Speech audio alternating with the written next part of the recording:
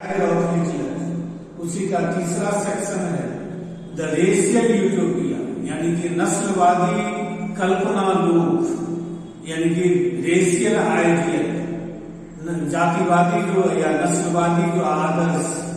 इसके अंतर्गत ये जानेंगे कि किस तरह हिटलर जब सेकेंड वर्ल्ड वॉर चल रहा था तो उसी के शैडो के under the shadow of second world war हुआ जो है तो जर्मनी में एक जातिवादी एक रेशियल सोसाइटी बनाने के लिए किस तरह का अत्याचार किया।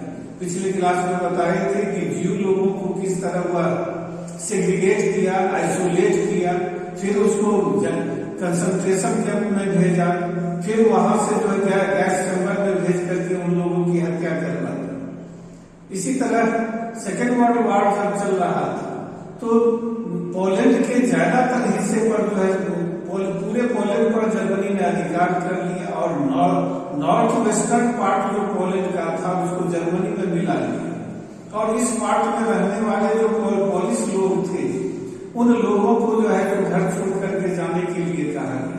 इतना ही नहीं, घर में जो उनके सामान रखे हुए थे उनको भी ले जाने नहीं दिया गया, ताकि यूरोप के दूसरे पार्ट जिस पर जर्मनी ने अधिकार कर लिया था उस भाग से आने वाले जर्मन लोग उन घरों में रह सके। इसके अलावे जो पोलिश लोग थे उन लोगों को खदेड़ करके पोलैंड के दूसरे भाग जिसको जनरल गवर्नमेंट कहा जाता था वहां ले जाया गया, जहां कंसंट्रेशन कैंप था वहां रखा गया उन लोगों को। जितने भी इंटेलिजेंसिया थे पोलिश लोगों के, यानी इंटेलिजेंसिया मतलब बुद्धिजीवी वर्ग, तो जितने भी पढ़े लिखे हाईली क्वालिफाइड स्कॉलर इस तरह के जो लोग थे उन लोगों की लार्ज स्केल पर हत्या कर दी, ताकि पोलिश लोगों को स्पिरिचुअली और मेंटली जो है तो उनको सर्वाइव बनाया जाए, यानी बनाया जा सके, यानी स्लेव बनाया जा सके। इसके अलावा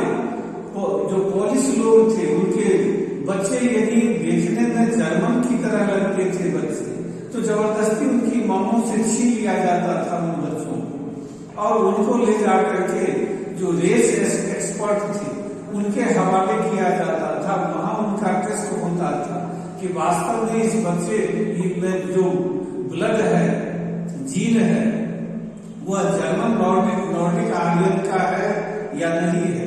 यदि वे बच्चे पाए जाते थे कि जर्मन नॉर्डिक आर्यन के बच्चे की तरह के जीन रखते हैं, ब्लड रखते हैं, तो उनको किसी जर्मन फैमिली में उस बच्चों को दे दिया जाता था, जहां जर्मन लोगों की तरह उनका पालन पोषण होता था। जो बच्चे ये इस टेस्ट में